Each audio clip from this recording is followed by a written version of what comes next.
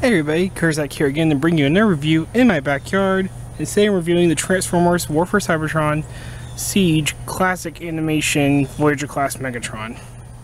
Now that's a mouthful. Also known as 35th Anniversary Megatron, which I think is the more commonly known name for this guy. But you can see, he is just Siege Megatron. He is the exact same mold as the Voyager Siege Megatron, the one I think I even mentioned this figure when I was reviewing that figure. And he is the exact same mold. There's no change in the weapons, no change in anything other than just the paint scheme. He's definitely very much as G1 as the Siege Megatron was. This one's very G1 cartoony look, as you can tell. Go ahead and get those side by side. You can see very, very different looks going on here. While I didn't think the Siege Megatron looks bad, I did think it had some certain issues, especially in tank mode, because while it is nice to have all those paints on this figure, it does look very broken up. It doesn't really have a nice solid look at all. In classic animation, Megatron here is very nicely solid looking. I mean, you look at the front of the tank right here compared to the Siege one. You can see no fancy little details like the headlights and everything, and even along the sides here. While these still get a separate paint, they don't stand out as much as they do on here. But with the entire front and the turret being done in gray, except for the actual cannon itself, it does make a much more solid look. I like they also painted the treads separately so they stick out more. Here you might not even notice there's treads there. Now granted, it doesn't carry over to the back part as these still form the legs, so they have to be that dark gray that's classic for Megatron. But so that's where this one actually has something over this one, is that this treads actually kind of go together, but they don't look like they're part of the tank. While here, the back treads still don't look like they're part of the tank, but at least from the front, it actually has a nice solid look. Same itself can go for the cannon, as with the cannon here, it's kind of got all these broken up little colors, and you have these little pieces come off here that are dark black, and you have the red, and it's all just, it looks like a turret, but it's all broken up, not together. Here though, we actually have this all one same color except for the red right here. Same with the cannon. There's no, a lot of the smaller details didn't get painted, but on the flip side, they also don't have anything breaking it all up. So the turret looks all solid and the cannon looks straight solid, with the only breakup in the turret being the red for the arms right there. So that all looks pretty good. Like I mentioned, almost none of the smaller details got painted on this one. As you can see, it's all pretty solid. The only small details that got painted are like right here along the bottom, some right here.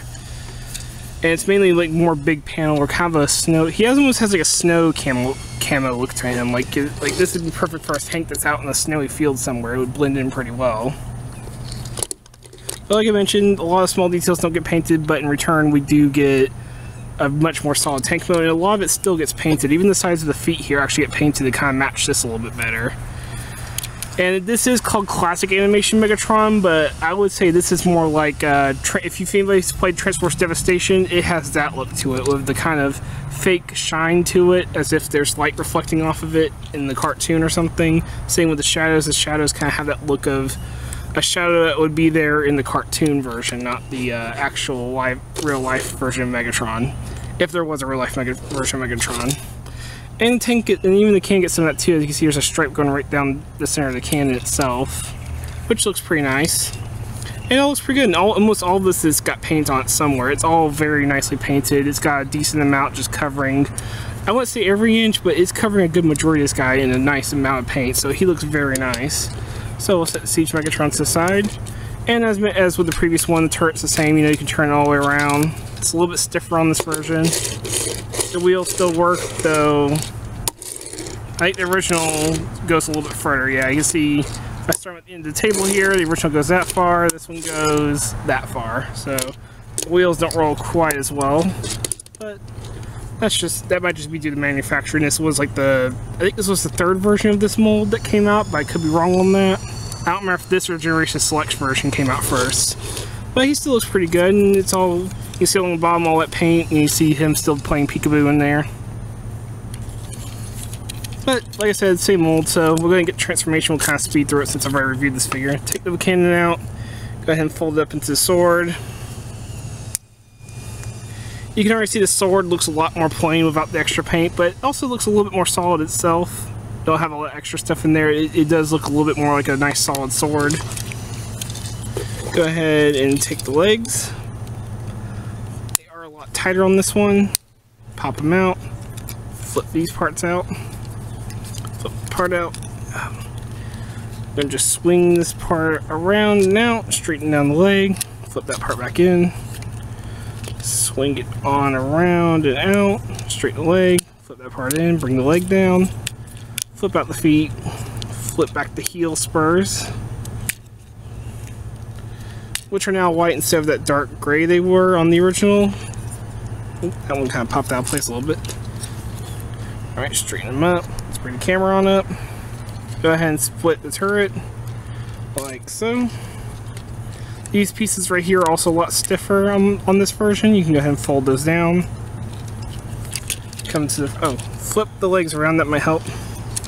Go ahead and bring these, unclip it, bring it all up. Ooh, it still gets caught a little bit. Flip the panel out. Fold the front treads into place. Like so. Flip these panels in like that. Bring all of this back. It'll lay right there. Go ahead and flip out his hands, which are a lot stiffer than the original. Flip the cannon around. Set the head in place properly. And there we have the classic animation Megatron in his robot mode. Let's go look at the camera a little bit more. Alright, now we got classic animation Megatron in his robot mode. He does have the same accessories. He has the cannon there, and he of course does have his sword. And if we pull out the original Siege Megatron's sword, you can see exactly the same molding, but this one of course has all the paint down on the cannon, which does look good for the tank mode, but once again this leaves the sword with a much simpler but also a much more solid look, as I prefer to call it. And of course stick him in his hand. His hands also seem to click in a little bit better. They don't seem to flop around as much as, say, this Megatron here. And let's get him his sword too, so we can kind of get a better side-by-side look. And you see, once again, like I mentioned with the tank mode, a much more solid looking Megatron. It doesn't look as broken up. His paint feels more like in the right places. I actually remember on this one I was complaining about how the red paint's on the front, where you can see it right here looking straight forward, but then it doesn't do anything. It's just two little streaks on either side that really in a way seem kind of pointless. While here you can't see the red paint from the front, but it actually does go all the way down the sides, on both sides, which makes a lot more sense for Megatron. Like, yeah, this is a nice little cover up here to kind of get the idea across, but this makes a lot more sense and actually gets a lot more credit in my books. And you can see on the chest here, the paint's actually a little bit better, as the blue, he still has the paint same spots with the blue there, but it's a lot lighter color, which is more G1 accurate, I believe. And it also has the red panel actually painted in, along with the yellow. And this one's also not stamped quite right. It's also a little bit off. Don't think it's quite as badly off as that one is, but still not quite in the right place. The legs look about the same. The feet actually have some paints on the sides instead of just being only on that one panel on the front. Of course, the legs actually are painted all over with the little camo look. The cannon actually has some paint on it, of course, with these streaks. You couldn't really see that too on tank mode, but you can see here it has that, the animation streaks, as I'm going to call them. About the only thing I think the Siege Megatron does a little bit better, I do like how the silver back here looks. I like that these are gray to kind of help blend into the back and not have the backpack stick out so much, but I do like how these are silver on the inside. And the face of the original Megatron actually is painted in silver, while the animation one was just left with the white plastic. And it doesn't look bad. The white plastic certainly looks fine. It's just, I do agree the silver paint on this one looks a little bit better. Quite a bit better. If I had to choose based on face, I would choose this one, but if I had to choose on the overall paint, definitely going to go with the classic animation Megatron here. Or 35th Megatron, whichever you prefer to call them. And I do feel it's really important to kind of just get this comparison, because these really are the ones to compare them to. And I do love that he doesn't have the battle paint, the muds, I don't know what you want to call it, but the mud skidding, the mud, the explosion left stuff, just stuff that doesn't look good, like the little spots and everything. I'm just not a fan of that look. I'm very happy to have a Megatron that, I'd rather have this animation streaks. I just like how they look a lot more. I'm not even obsessed with having it look like a G1 cartoon, but I do like how solid he looks, how much nicer he looks overall. I know I keep saying he looks solid, but that really is what the paint scheme does for this guy. It gives him a very solid, much more stern, a really refreshed Megatron look. I know this other one was meant to be kind of a Megatron who's been dealing with war for years and has been worn down by it, but I do greatly enjoy this. They also released an Optimus with a similar paint scheme for him, so if you like this idea but you want it with Optimus Prime, well, get that one, but it is the Siege Optimus if you prefer the Artifice Optimus, just to warn you.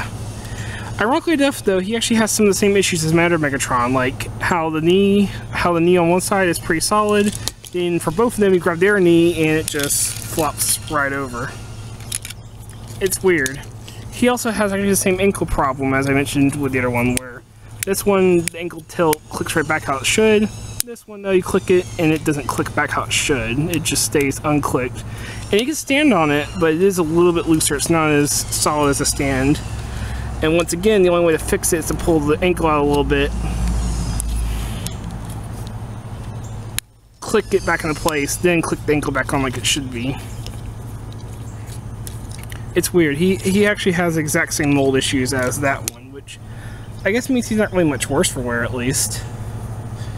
Articulation wise is exactly the same. The ball, he does have a ball joint. It is still in the back of the head, so swiveling around still looks a little bit odd in certain angles.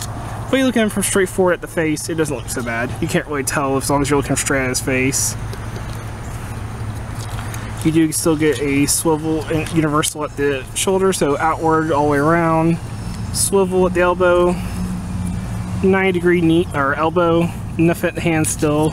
Still get the waist that you need to move the backpack out of the way to do the full movement. Legs can go that far forward, can go that far outward. They can go back. Once again, you gotta get the backpack out of the way to go that far back. With the backpack in the way, they can only go that far. You do get a swivel. You do get a 90-degree knee. Still no forward and back movement, but as I mentioned, ankle tilt, so you could get his legs more splayed out if you prefer. So yeah, like I said, exactly the same. Classic Animation Megatron or 35th Anniversary Megatron here is exactly the same as the Siege one, just with a different paint scheme that really reminds me of Transformers Devastation, especially in robot mode. So yeah, he's still a good figure. Still a good figure, much like this figure was. And the only reason I'm really saying this one is better is just preference. I prefer the Transformers Devastation look with the animation streaks over the battle paint with the more toy-looking Megatron. Not toy, but I guess show-accurate Megatron, because this is more based off how he looks in Siege. So, whichever your preference, they're both good figures, and I can highly recommend both. So, this has been Kerzac. I hope you enjoyed this review, and I hope you have a great day. Take care.